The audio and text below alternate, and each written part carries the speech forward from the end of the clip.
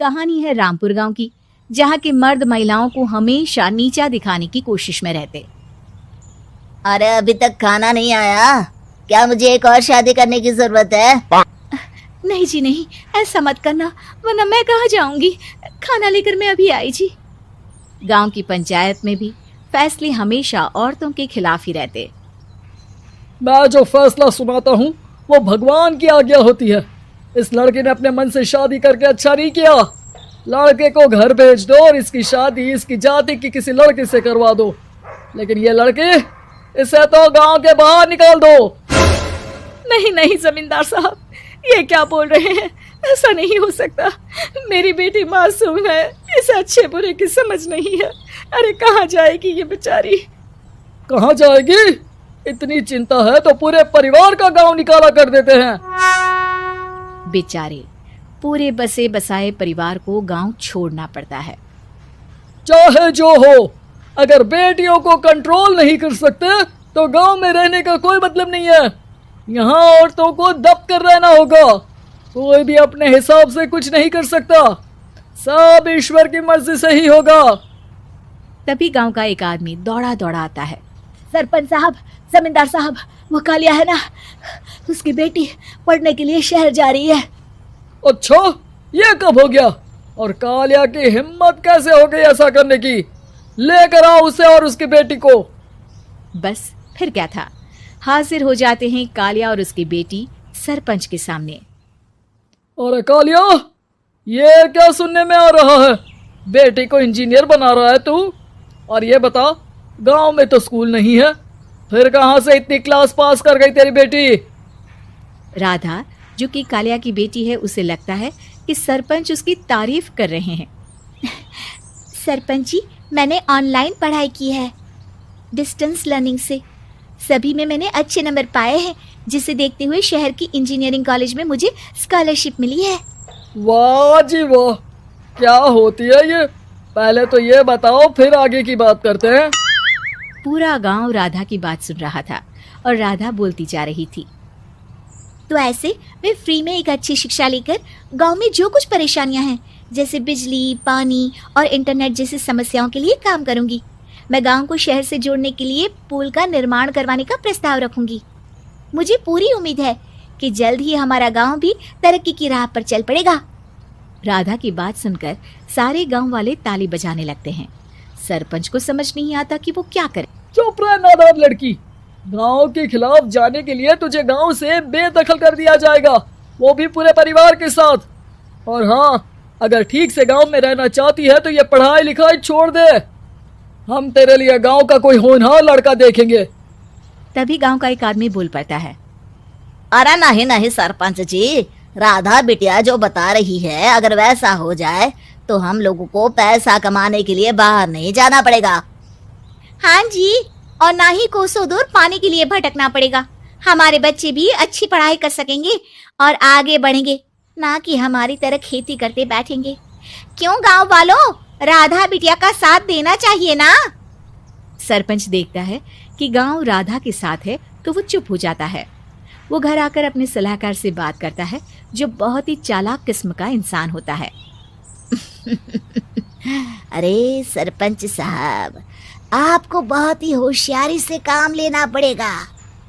एक बार गांव तरक्की कर गया, यहाँ के बालक पढ़ लिए तो कोई ना पूछेगा आपको। और फिर ये जो बेटा और बेटी है ना आपके, इनको भी आम लोगों की तरह ही जीवन जीना होगा। हाँ, लेकिन करे तो क्या करे? वो ना आप मुझ पर छोड़ दीजिए, बस मैं जैसा बोलूं करते जाइए।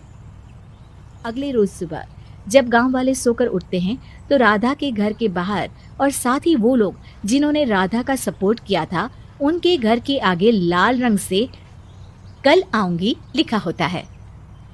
कल आऊंगी? ये क्या होता है? अरे यह तो खून से लिखा है, लगता है कोई भूत प्रेत या चुड़ैल का साया है। चलो सरपंच जी के पास चलते हैं। सभी सरपंच के पास जाकर उसे सारी बात बताते हैं। अरे ये तो बड़ी मुश्किल की बात है। चलो, मैं एक बाबा को जानता हूँ, उन्हें बुला लेता हूँ। सरपंच बाबा को लेकर गांव के घर के बाहर जाता है। ओहो, तो ये वो चुड़ैल है जो उन लोगों को निशाना बनाते हैं जो गांव को बदलने का सपना देखते हैं। वो गांव को ऐसे ही संपन्न देखना चाहती है। वो नहीं चाहती कि कोई बाहरी यहाँ का कायाकल्प करे। क्या तुम लोगों में से किसी ने गांव को बदलने की सोच रखी है? तभी राधा की माँ रोते रोते आती है। मेरी राधा घर से गायब हो गई है। अरे कोई तो बचाओ, मेरी बच्ची कहाँ गई?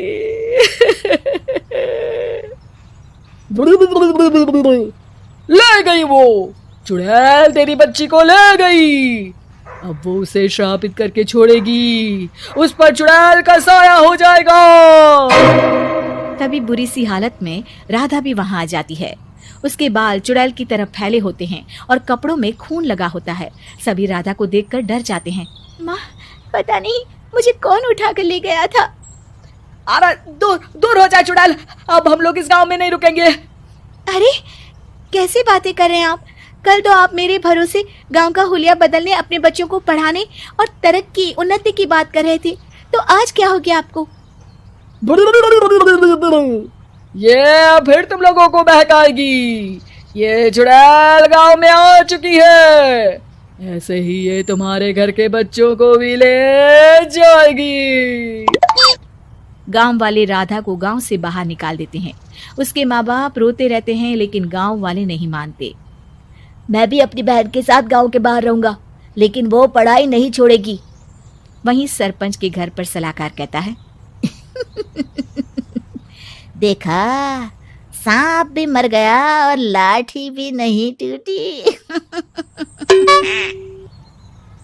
लेकिन अगले ही दिन सरपंच के घर के बाहर भी वही शब्द लिखे होते हैं।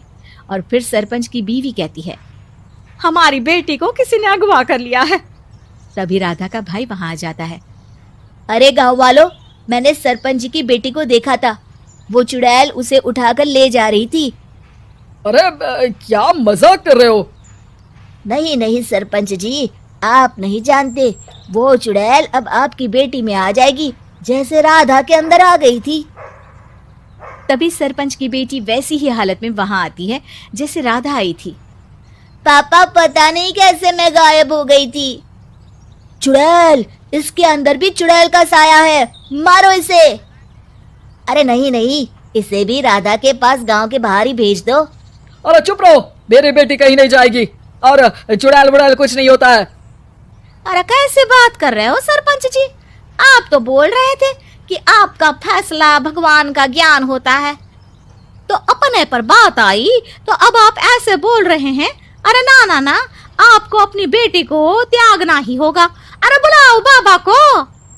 राधा का भाई बाबा को ले आता है, जिसे अब गांव वालों के डर के कारण सच बोलना पड़ता है। मैं कोई बाबा नहीं हूँ, मैं तो मोची था। ये सलाहकार महोदय ने मुझे कहा था एक्टिंग करने को। अब वो मुझे पैसे देने वाले हैं। अब मुझे माफ कर दो। गलती हो गई, मुझे माफ कर दो। तभी वहां राधा आ जाती है। देखा सरपंच जी, जब गांव के बच्चे साक्षर होंगे तो आप जैसे लोगों की चालाकी नहीं चलेगी।